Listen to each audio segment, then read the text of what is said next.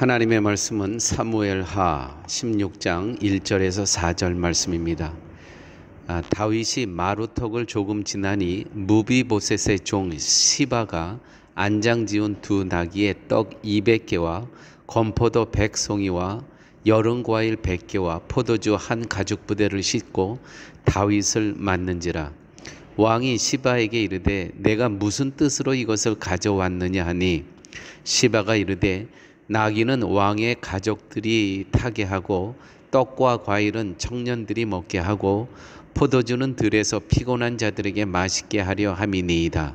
왕이 이르되 내 주인의 아들이 어디 있느냐 하니 시바가 왕께 이르되 예루살렘에 있는데 그가 말하기를 이스라엘 족속이 오늘 내 아버지의 나라를 내게 돌리리라 하나이다 하는지라.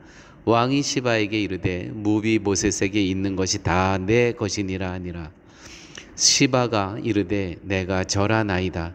내 주 왕이여 내가 왕 앞에서 은혜를 잊게 하옵소서 하니라. 아멘.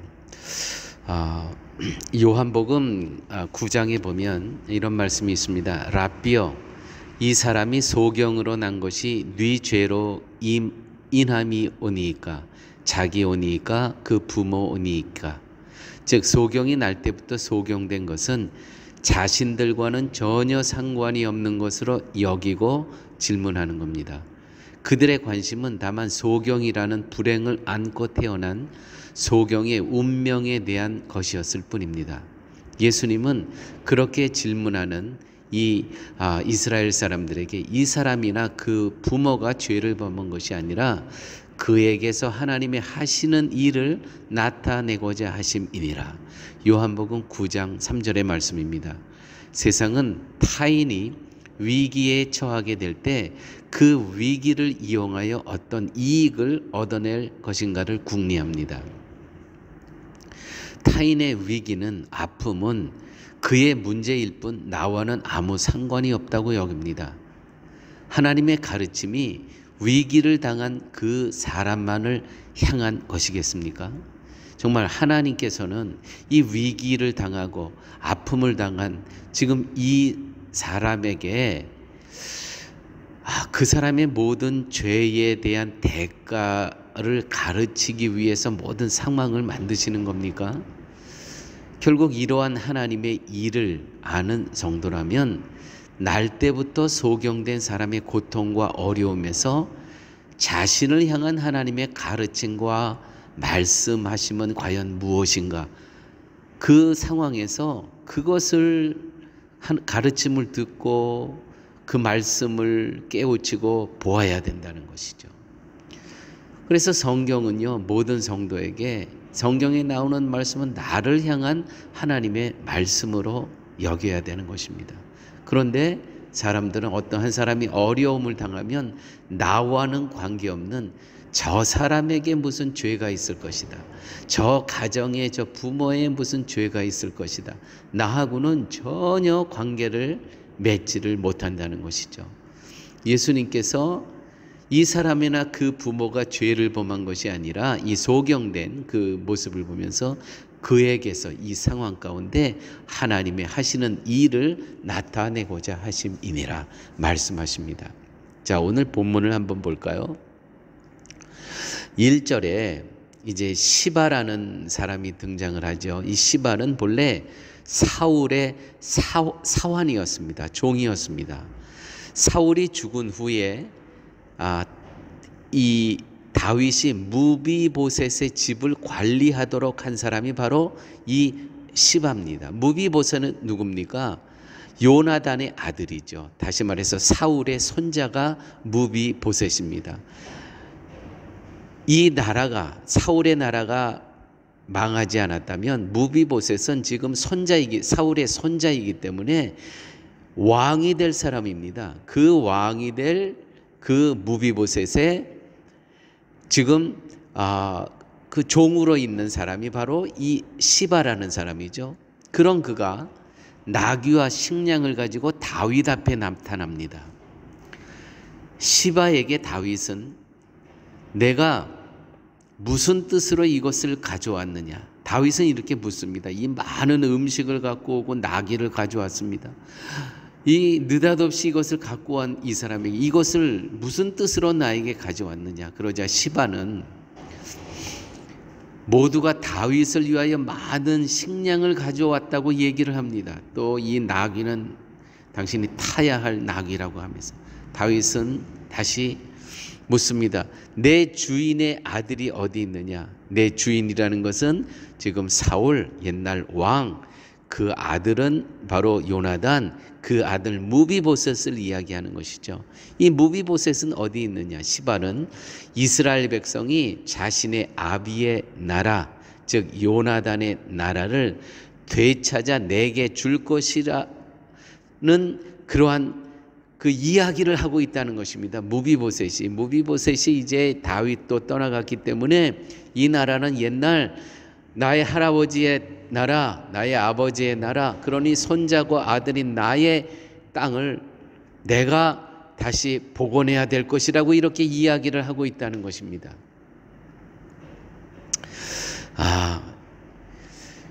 사울의 나라는 아들 요나단의 나라가 되는 것은 당연하고 요나단의 나라는 아들인 무비보셋가 나라가 되는 것이 옳다는 그러한 뜻이죠.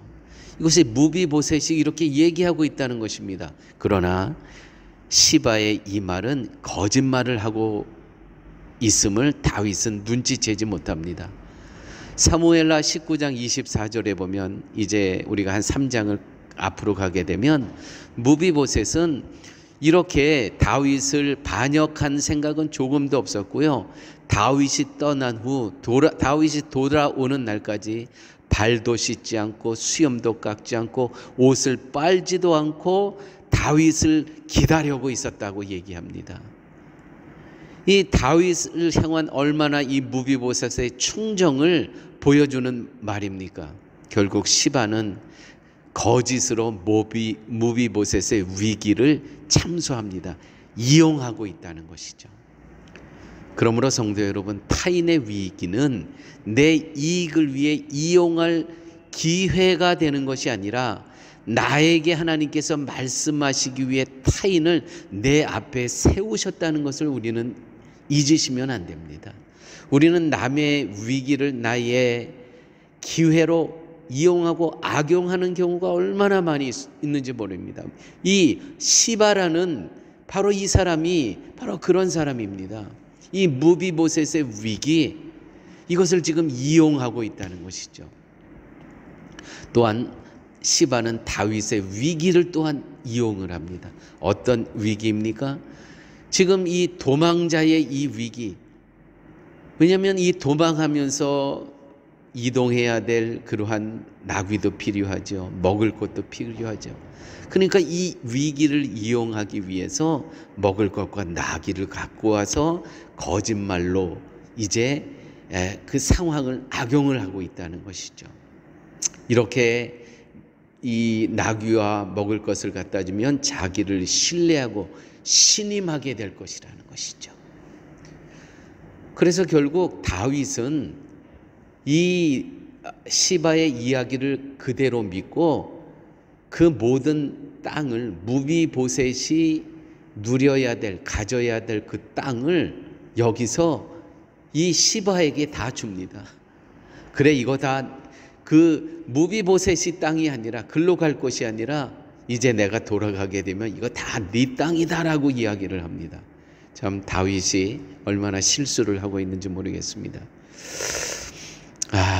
여러분, 우리는 시바와 같은 속셈을 가지고 예수님을 찾아와서 우리의 죄를 쌓고 살아가는 인생은 아닌지, 남의 위기를 이용하고 남의 위기를 참소하고 그리하면서 나의 유익과 나의 이익만을 쌓아가려고 하는 그와 같은 우리의 악한 모습이 우리의 삶 가운데 없는지 살펴보는 기회가 됐으면 좋겠습니다. 모든 일에서 내가 어떻게 현재 살아가고 있는지, 남의 위기를 악용하고 있는지, 남의 어려운 처지를 이용해서 그 모든 것이 나에게 유익으로 만들기 위해서 예수님 찾아와서 예수님에게 부탁하고 있는 그러한 못된 모습은 나에게 없는지. 교회 여러분, 그러므로 우리는 죄인입니다. 우리 안에는 늘 이렇게 못된 것이 이렇게 계속 샘물처럼 솟아나오고 있습니다. 주님의 은혜가 아니면 우리는 도저히 살아갈 수 없는 그러한 악한 모습이 우리에게 늘 있다는 것이죠. 그러므로 우리가 늘 기도할 때, 주님, 우리는 십자가의 은혜가 없으면, 당신이 도우심이 없으면 우리 안에서 나오는 것은 거짓뿐이 없습니다. 주님, 늘 우리와 동행하시고 나와 동행하여 주시옵소서. 그렇지 않으면 나는 선하게 살 수 없는 존재입니다 라는 고백을 하며 살아갈 수 있는 우리 사랑의 교회 성도님들이 되시기를 예수님의 이름으로 축원드립니다.